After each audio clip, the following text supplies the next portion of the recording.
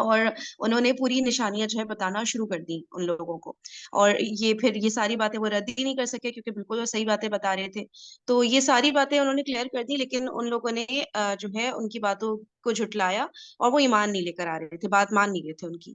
اور ایسے موقع پہ حضرت ابو بکر صدیق رضی اللہ تعالیٰ عنہ سے جو ہے ان کو بتایا کسی نے واقعہ کہ دیکھیں وہ یہ بات بتا رہے ہیں.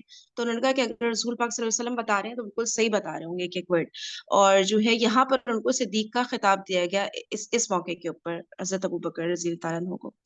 اچھا، پھر جب بتایا گیا کہ اللہ تعالیٰ جو ہے انہوں نے دوسرے انبیاء علیہ السلام کو بھی اس طرح نشانیاں دکھاتے تھے، جن میں حضرت ابراہیم علیہ السلام کا ڈسکس ہوا ہے، حضرت موسیٰ علیہ السلام کی ان کو بھی کلیئر نشانیاں دکھائی گئی تھیں. تو اس طرح ان کا جو ہے یقین بہت ہی پختہ ہو جاتا تھا اور عین الیقین کا وہ مقام حاصل ہو جاتا تھا جس کا اندازہ کوئی بھی نہیں لگایا جا سکتا. اور یہ بھی بتایا گیا کہ ان کو ایسی ایسی مشکلات جھیلنی پڑی تھی جو ایک عام انسان کو نہیں جھیلنی پڑتی.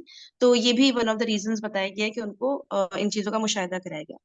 اچھا، پھر جو ہے اسرا میں یہ کیا بتایا گیا ہے کہ اللہ تعالیٰ نے سورہ اسرا، اچھا سورہ اسرا کے بارے میں پھر یہ بتایا گیا. اس کو تھوڑا سا ریڈ کرتے ہیں، پھر میں سورہ اسرا کی وہ آیت جو ہے پڑھ دیتی ہوں. یہاں سے اسٹارٹ لیتے ہیں. آپ دیکھیں گے کہ اللہ تعالیٰ نے سورہ اسرا میں اسرا کا واقعہ، یعنی کہ اوپر سے تھرڈ پیراگراف کہیں گے نا اس پیج کا، ہاں تھرڈ. اگر کوئی ریڈ کرنا چاہے گا تو بتائیے. میں پڑھتی ہوں. یہ جو در حقیقت ہے یہاں سے کون سا پیج؟ در کہاں سے؟ حقیقت سے تھوڑا سا نیچے آئیے گا.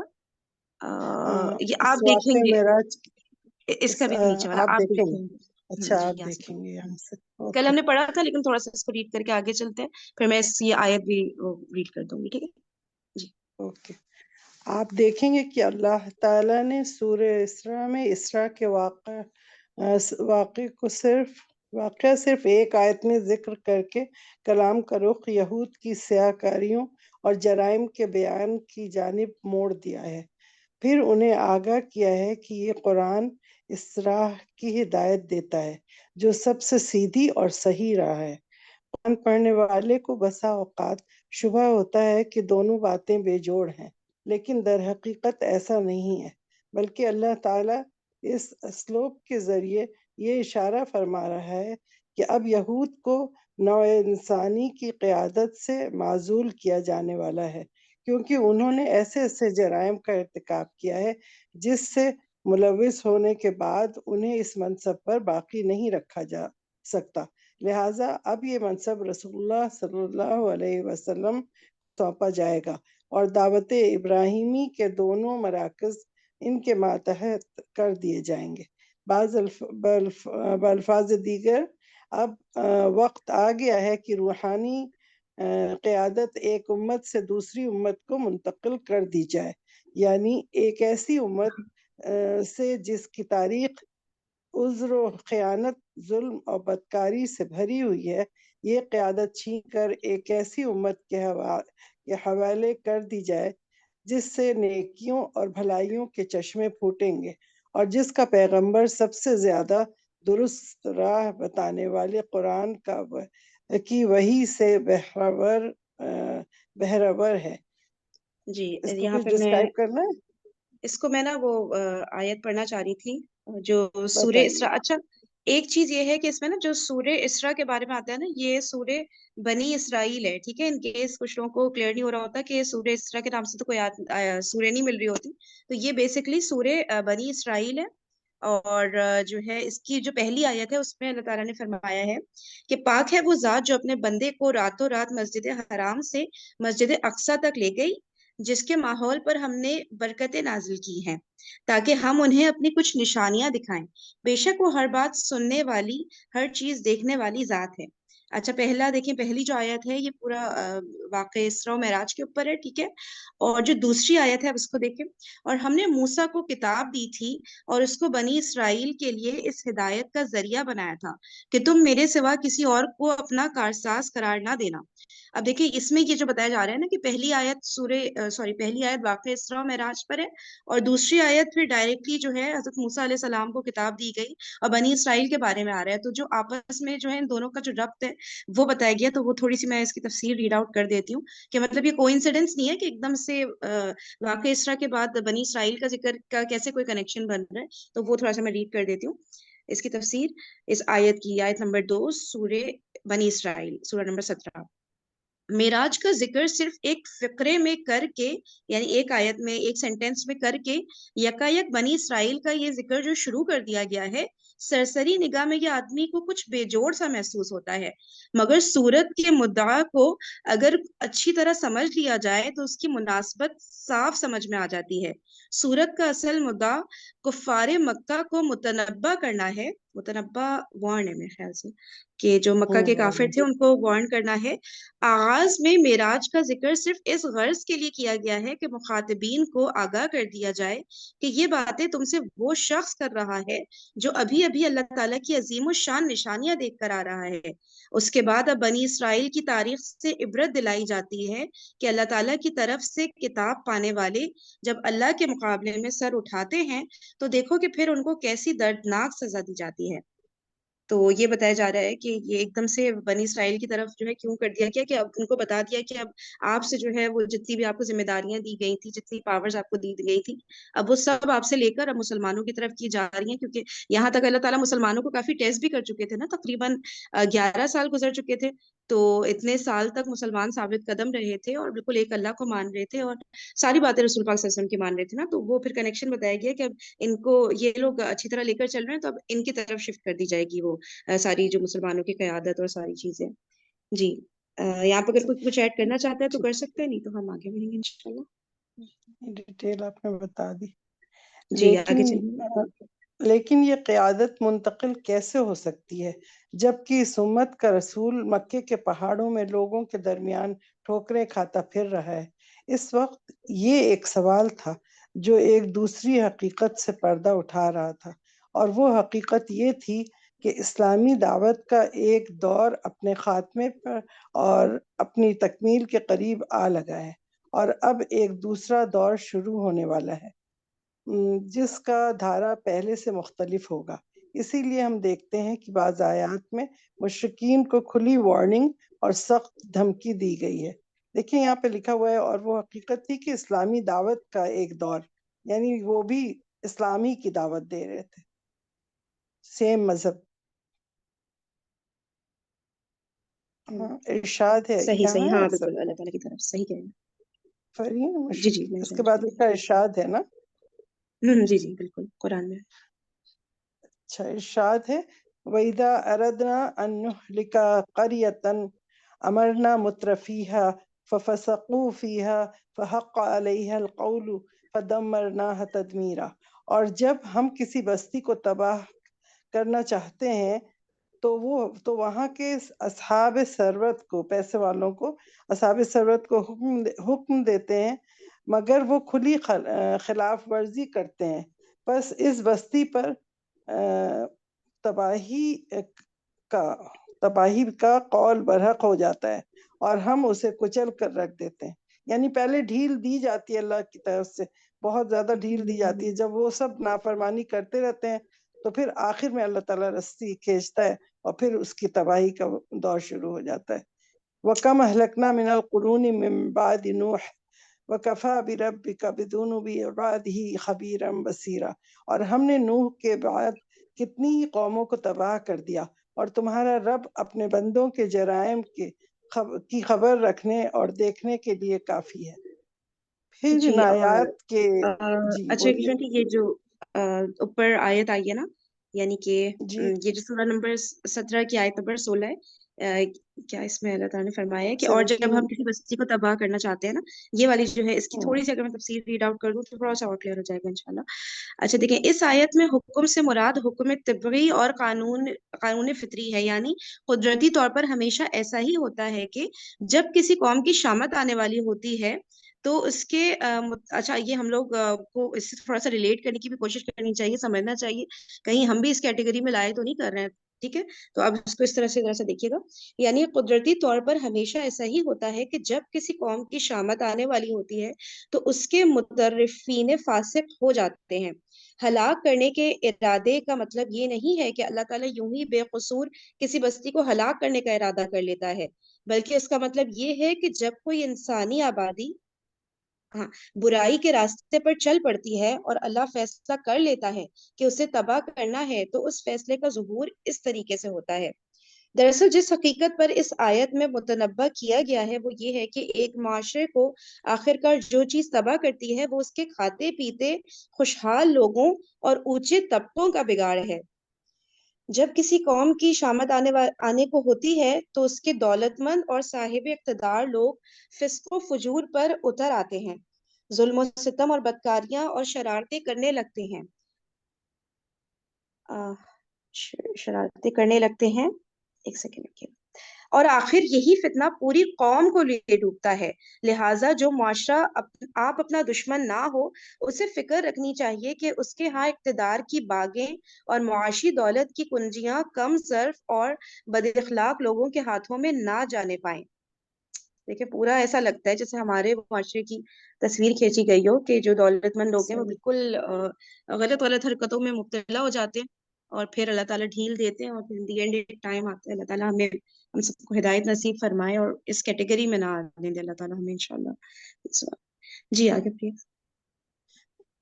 اور دوسری آیت میں بھی ہے نا وہ کم اہلکنا من القرون، اور ہم نے نوح کے بعد کتنی قوموں کو تباہ کر دیا ہے، مطلب ون آفٹر دا اندر ایک ایک کر کے اللہ تعالیٰ بتا رہے ہیں کہ کیوں تباہ کر دیا ہے، اور تمہارا رب اپنے بندوں کے جرائم کی خبر رکھنے اور دیکھنے کے لیے کافی ہے۔ یعنی ہم بلا وجہ ہی نہیں تباہ ہوتے گئے ہیں، بلکہ ایک کے بعد ایک جب قومیں نافرمان ہوتی چلی گئیں، اللہ کے احکام کو نہیں مانتی تھیں اور غلط کام کرتی رہیں، پھر اللہ کو جب غصہ آیا تب پھر اس کے بعد تباہی کی ہے، پہلے انہوں نے اور ڈھیل دی، ریزنز بھی آزادی بتاتے دی۔ ہیں، ہاں ساتھ ساتھ ریزنز بھی اللہ تعالیٰ بتاتے ہیں کہ اس قوم نے یہ کیا تھا، ہاں دیکھو اس کے اوپر ہم نے یہ عذاب نازل بالکل۔ کیا، ساری باتیں کلیئر ہے نا۔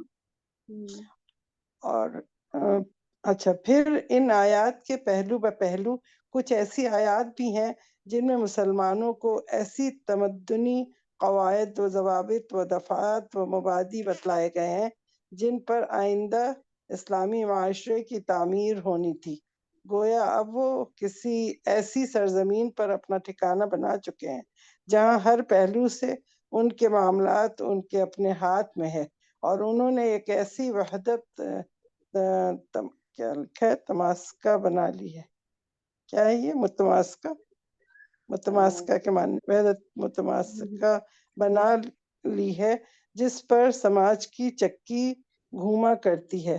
لہٰذا ان آیات میں اشارہ ہے کہ رسول اللہ صلی اللہ علیہ وسلم عنقریب ایسی جائے پناہ اور امن گاہ پا لیں گے جہاں آپ صلی اللہ علیہ وسلم کے دین کو استقرار نصیب ہوگا۔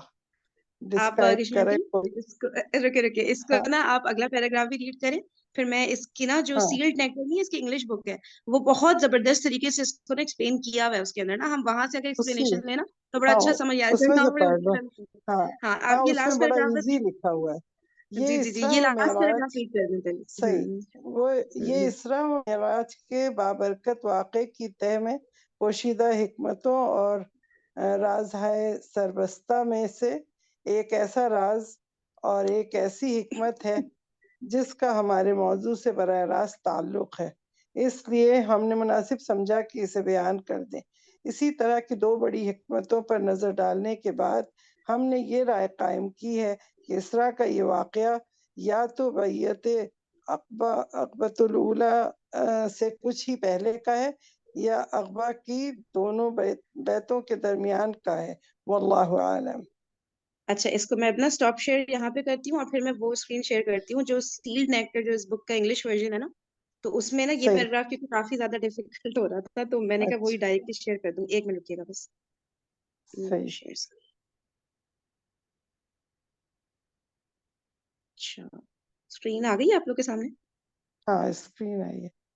ایک منٹ رکیے گا، یہ دیکھیں یہ تو آیت تو ہم نے پڑھ لی تھی ٹھیک ہے نا، ابھی یہ اوپر والی آپ لوگ کے سامنے آ گئی نا یہ، اب جو ہے نیچے ادر ورسز ہے نا کشمانٹی، اس کو اگر آپ کہاں ریڈ پہ کرتی جائیں ایک ایک لائن کدھر لاسٹ بیٹا، پیراگراف آپ یہ کہاں سے، یہ قرآنک ریویلیشن؟ نہیں وہ سب ہم نے پڑھ لیا تھا، نیچے ادر ورسز پر اچھا ریویل دیکھیں اس کی اچھا، نا کشمانٹی ایک ایک ادر، لائن آپ ریڈ کریے گا اور اس کو پھر اردو اوکے میں ٹرانسلیٹ کر دیں تو بڑا ایزی ہو جائے انشاءاللہ۔ Okay. Other verses were revealed to show the Muslims the rules and the article of the civilization upon which they could establish their Muslim community foretelling their ownership of an area of land, exercising full freedom over it, and establishing a rightful society around whose axis the entire humanity would rotate.